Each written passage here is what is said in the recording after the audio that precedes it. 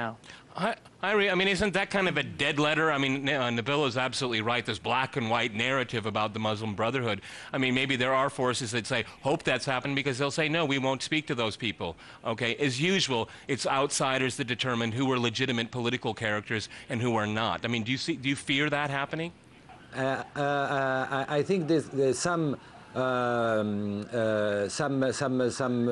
This is up to Egyptians to decide who should enter the political game and who should not enter. Those who don't want to speak to the Muslim Brotherhood, then they should speak to their natural allies. If they are, let's say, liberal and they don't want to speak to the Muslim Brotherhood, they can speak to Egyptian liberals. But Egyptian liberals have to find a compromise with the Islamists, all political forces. Also, there is a quasi-consensus in Egypt that the post-Mubarak Egypt will not have a president with as many power as Mubarak or all Egyptian presidents, a decrease of the power of the president.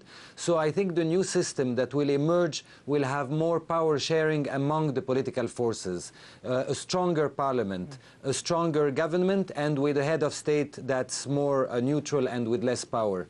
So that's why I don't have a lot of fears of one group hijacking Egyptian society. We have all colors in the political spectrum.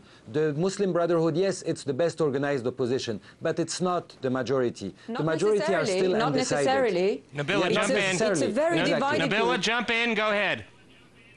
It's not the most organized group. I would contest that. There are many, many divisions within the Muslim Brotherhood, and it's not a monolithic bloc as you would like to present it. I agree. They have different shades. They don't even agree on a single platform. They have their reformer, they have their conservative. They have to put their house in order. Some want to work within a democratic system. Others have another vision, so I agree with you. But compared to the other opposition forces, I meant to say that they were the best organized in the streets, usually, traditionally. But I agree with you that it's not one voice, one shade, it's many shades and color, and they still have to do a lot of work to reach a consensus among themselves on how they're going to work within this political system. So I absolutely agree with you. Tawfiq, I mean, again, I think we're still kind of moving around the bush here. I mean, it's been the way that the Muslim Brotherhood has been demonized in Western media and by Western governments. I mean, could they possibly play a role that the West would actually recognize? I mean, I think Israel has already jumped the gun and is threatening. Is threatening the world kind of with this ominous scenario that the Muslim Brotherhood will represent the second wave of an Islamist revolution in the Middle East. Okay, well, on that very important point, after a short break, we'll continue our discussion on Egypt. Stay with RT.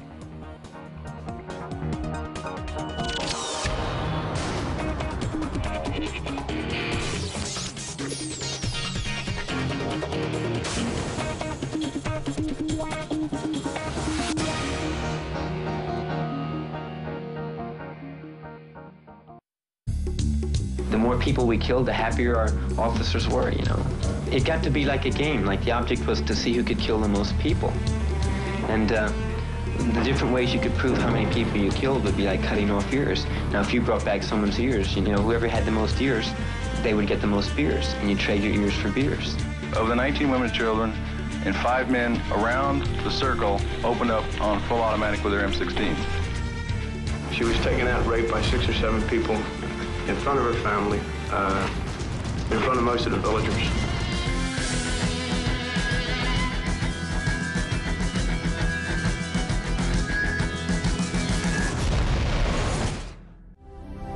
Wings, special outfit and accessory equipment. And they are ready for free flight. Taken off once, the air became their gravity. Is it true that those people were birds in their previous life?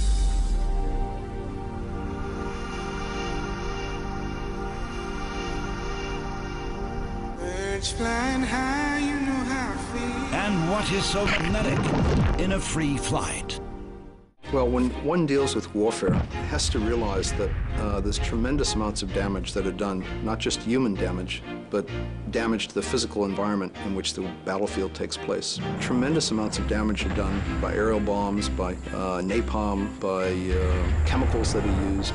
Whether it's sonic booms affecting marine mammals, or it's the burning oil fields in Iraq, or it's destroyed coral reefs in the Pacific for landing purposes. The list just goes on and on. The Geneva Conventions of 1949 states that care shall be taken in war to protect the environment against widespread, long-term, and severe damage. The United States, although it has accepted almost all of the provisions of Protocol 1, has taken exception to that one.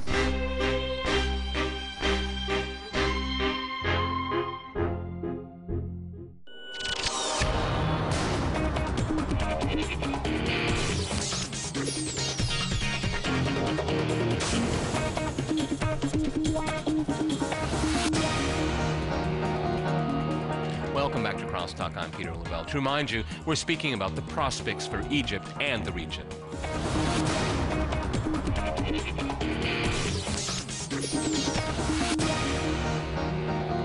But first, let's see whom Russians blame for Middle East instability.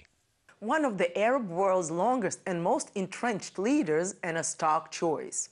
Over the past week, the world has seen a popular movement face down a regime in Egypt.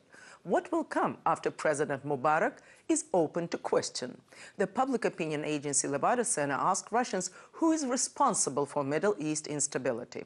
20% cited the United States, 14% blame Islamic fundamentalists, 8% believe it's Israel, and 6% see Western countries at fault. With the unrest all around the region, what does the future hold for Egypt's people? Peter? Now, Bill, I think it's really quite interesting, and we've all kind of hinted, it's either been direct or indirect in this program. Everybody's surprised about a democratizing Arab world. Wow, as if, we've been told repeatedly that it's not possible, they have to be helped, they have to go through these stages, a strong man, all of this we've been fed in dictatorships in pursuit of American foreign policy and American foreign policy interests. Now that is very much in danger. I mean, we have another leader that could be on the lam very, very quickly. Where that person goes, we don't know. But that has to send a signal to the other dictators there. The Americans won't protect this guy, this guy. It looks like everybody's lost their protection, as it were. And a lot of people, and especially the Israelis, are mystified now because the United States had created a geopolitical order in the region that served its interests, Israel's interests, and the United States' interests. A lot of those bets are off now, or maybe off.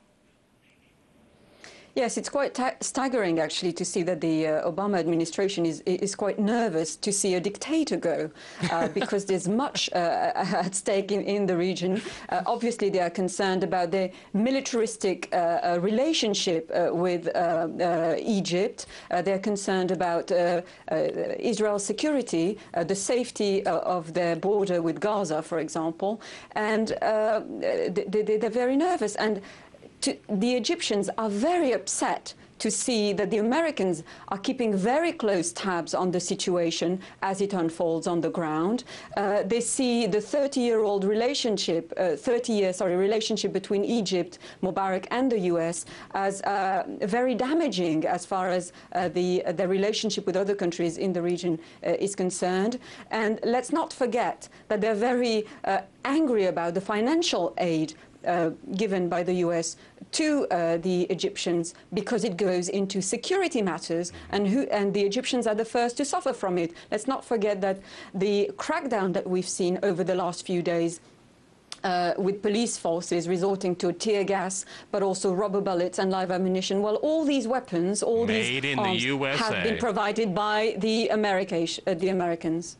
Tawfiq, if Nabil really hit the nail on the head there. I mean, the Americans are nervous to see a vicious dictator leave. That's a pretty sad state of affairs because other dictators in the greater Middle East are really no different. And as a matter of fact, I would even go as far as say a strong opinion. The U.S. is very comfortable with these kind of dictators because they're very pliant. and now with the street on fire, as it were, yeah, yearning for values that we have at home, and we're nervous about it. Americans are nervous about it. That's pretty pathetic. Yeah. I think it's a sad state of affairs because, I mean, the U.S., I think, has skewed its foreign policy to solely revolve in the Middle East. Not solely, but predominantly around the issue of Israel. I think if you de-link Israel, which some of the new foreign policy establishment like J Street, New America Foundation are trying to do, that actually a democratic Egypt is not so misaligned with U.S. interests. And I think that's something that other people in the media and in the foreign policy community need to push. At the same time, I need to emphasize this,